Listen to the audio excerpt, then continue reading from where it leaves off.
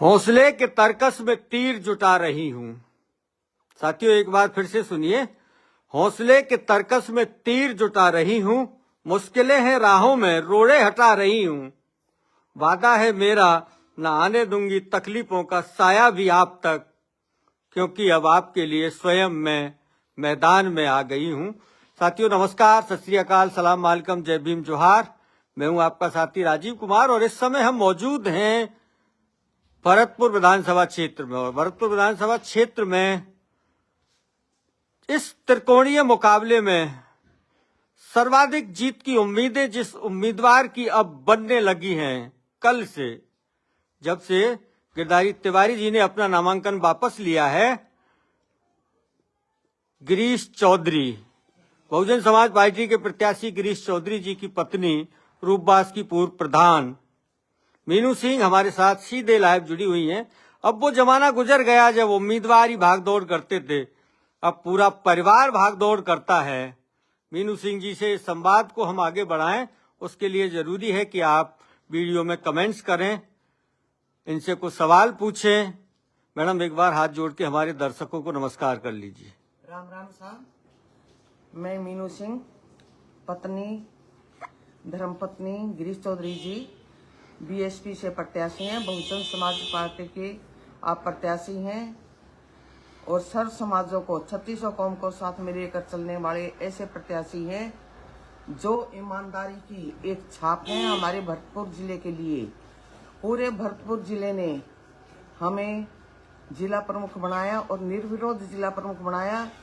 3600 कौमों ने, सर्व समाजों ने एक ताकत दी, एक हमें आशीर्वाद दिया, जिसके तहत 2010 में मेरी जिठानी जिला प्रमुख निर्विरोध बनी और हमने पूरी ईमानदारी के साथ, दोनों देवरानी जिठानी ने पूरे परिवार के और पूरे सर्व समाजों के आशीर्वाद के साथ, पूरी ईमानदारी के साथ और बेदाग छवि के साथ काम किया। 2 अक्टूबर 2010 को 5 विभाग हमारे हैंडओवर, पंचायती राज के हैंडओवर किए गए थे।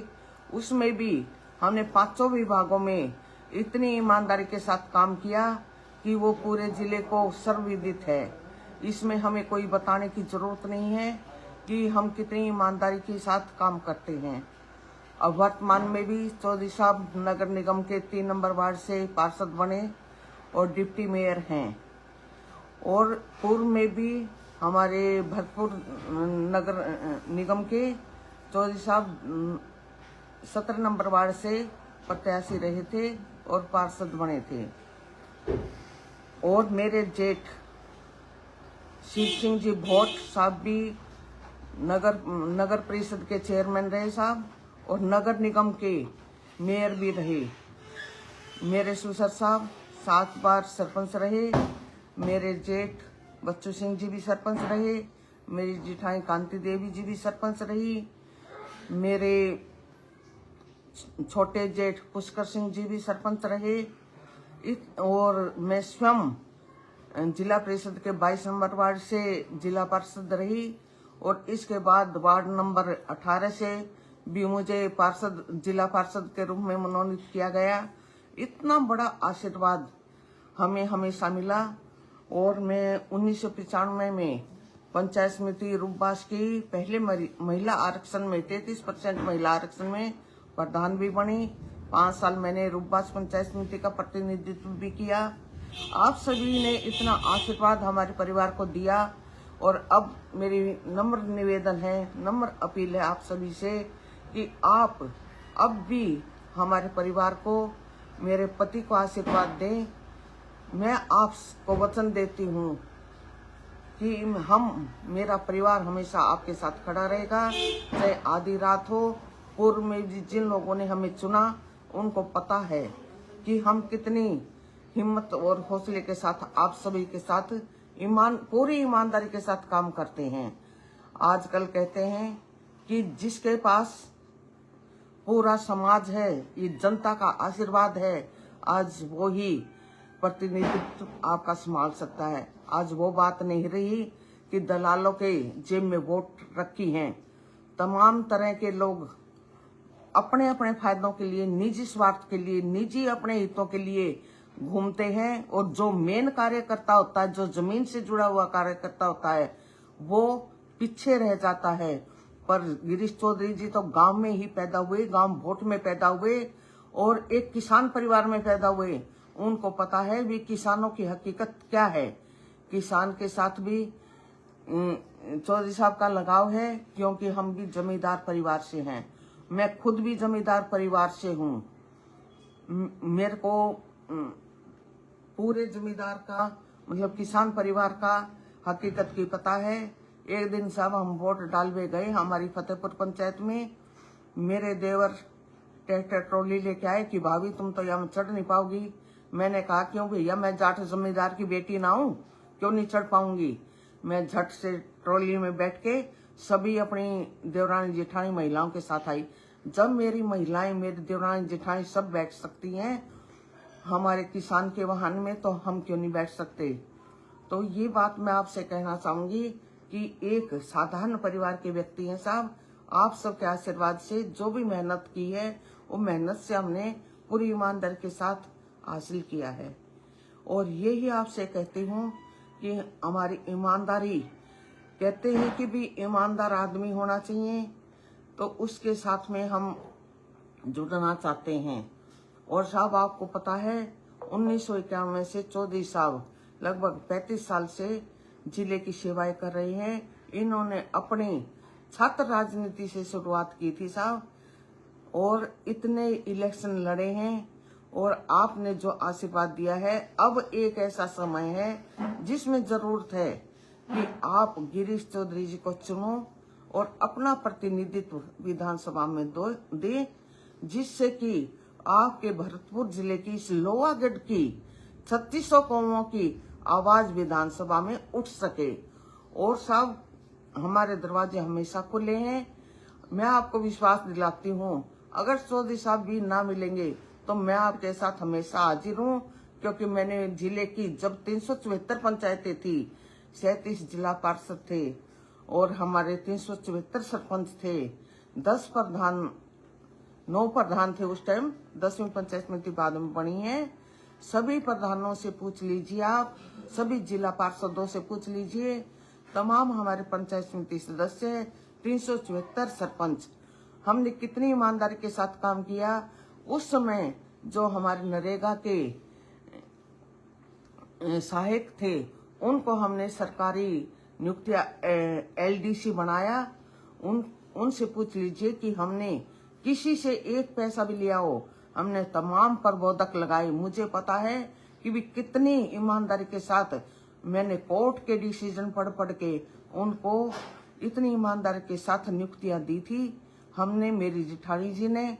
और उन नियुक्तियों के बदले में हम कुछ नहीं, एक भी पैसा तो क्या, एक डिब्बा वो मिठाई का भी लेके आए, वो भी हमने उन सभी को और जिला परिषद के स्टाफ को बांट दिया था साहब। हमने तो ये कहा कि साहब ये प्रसाद है, मिठाई भी आप सभी इसको प्रसाद के रूप में स्वीकार करें। हम तो इतना चाहते हैं कि आप हम पर आशीर्वाद बना के रखें। हमने कम से कम 100-125 अनुकंपा नियुक्तियां दी, जो मैं आपको बता सकती हूँ कि 33 जिला प्रमुखों ने किसी ने भी इतनी तत्कालीन नियुक्तियां नहीं दी थी। हमारे मृतक राज आश्रितों के जो भी वो उनके परिवारजन है वो इधर उधर भटकते रहते थे। इतनी ईमानदारी के साथ हमने मिलकर सभी जिला पार्षदों के साथ मिलकर काम किया कि जिससे हमारा जिला दिन रात तरक्की करे। मैं तो आपसे इतना ही निवेदन करना चाहूंगी कि मेरे पति गिरीश चौधरी जी के लिए आप आशीर्वाद दें।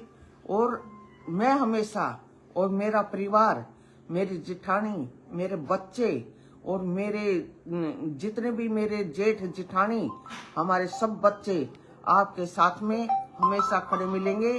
ये परिवार ऐसा नहीं है कि भोट में से लेकर भरतपुर तक फैला हुआ है। कोई ना कोई हमेशा घर का बंदा, इतने सारे हमारा 500-600 आदमियों का परिवार है, कोई ना कोई तो आपसे जुड़ा हुआ है। और इसका जुड़ाव का कारण ये है कि आप सभी मिलकर इतने बड़े रूप में हमें आशीर्वाद दे रहे हैं। किसी भी पंचायत में, किसी भी गांव में जाके देखें, वहां हमारा प्रत्येक बंदा आज प्रचार करता हुआ आपको मिलेगा कि गिरीश चौधरी एक ऐसा प्रत्याशी है जिसको अगर हम चुनकर भेजते हैं तो वो छात्रों के भी हितों की रक्षा करेंगे, युवाओं के भी हितों की रक्षा करेंगे, क्योंकि इन्होंने छात्रों के भी दर्द को समझा है।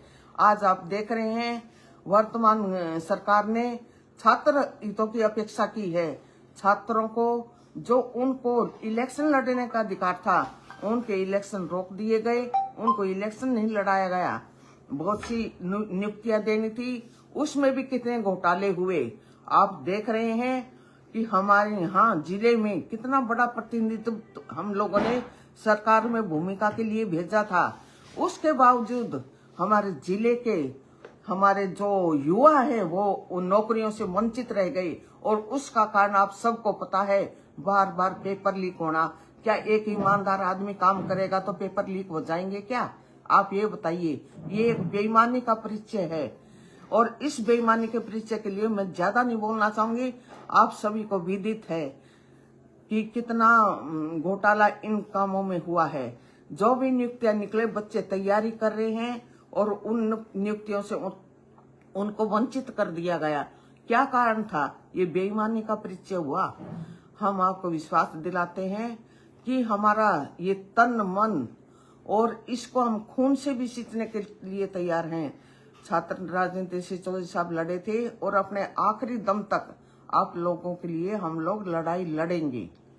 मैं इतना ही विश्वास दिलाना चाहती हूँ आपको कि आप सब हमारे परिवार को आशीर्वाद दें, और ऐसे आदमी को आशीर्वाद दें जो आपके साथ में हमेशा खड़ा रहे, क्योंकि आप किसान भी हैं, व्यापारी वर्ग से भी हैं और जमींदार हैं साहब।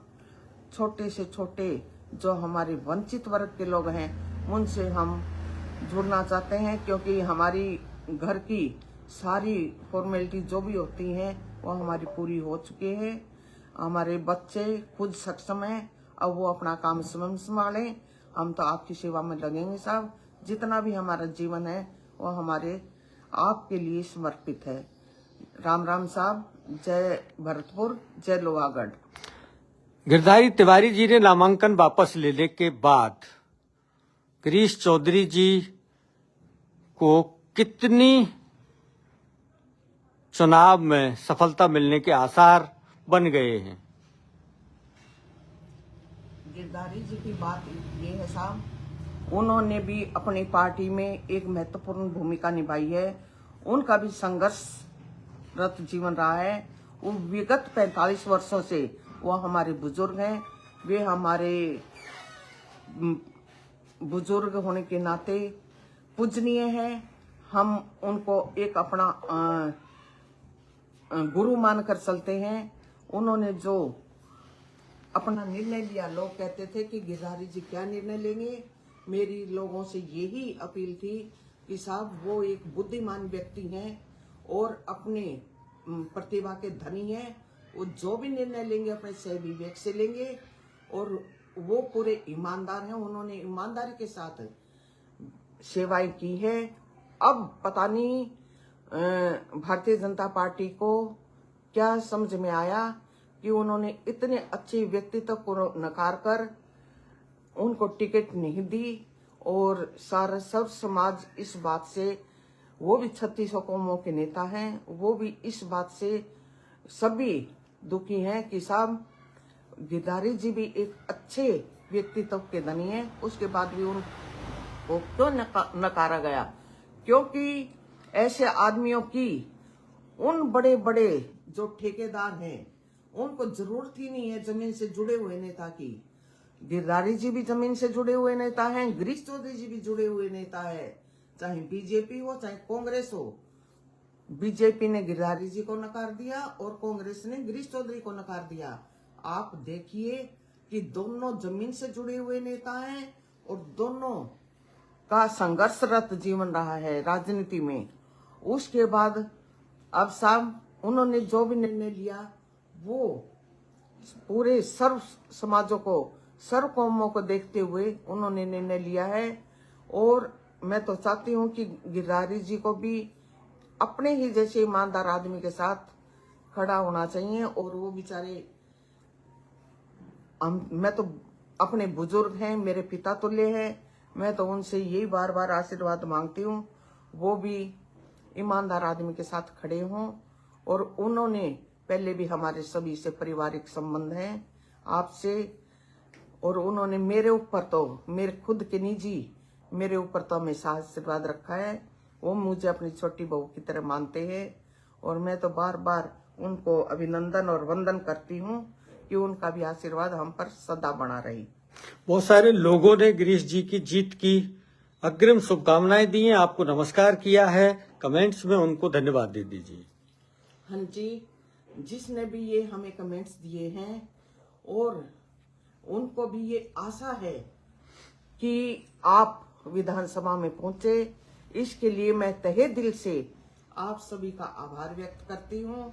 और मैं आपको बार बार विश्वास दिलाती हूँ, मैं अब हमारे घर में मंदिर है, मंदिर के सामने बैठी हुई हूँ और परमात्मा को साक्षी मानकर ये विश्वास दिलाती हूँ। और मेरे बुजुर्ग, मेरे सुसर साहब की भी तस्वीर मेरे सामने है, दिखाइए भैया आप।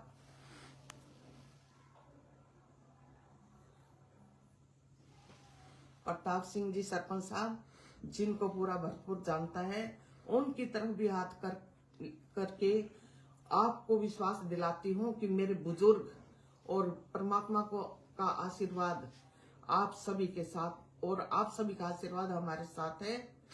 तो निश्चय ही गिरीश चौधरी जी को, आप सभी को अपील करती हूँ, निवेदन करती हूँ कि आप सभी इनको भारी बहुमत से जिताकर विधानसभा में पहुंचाए, जिससे कि भरतपुर जिले का लोहागढ़ नाम पुनः स्थापित हो सके।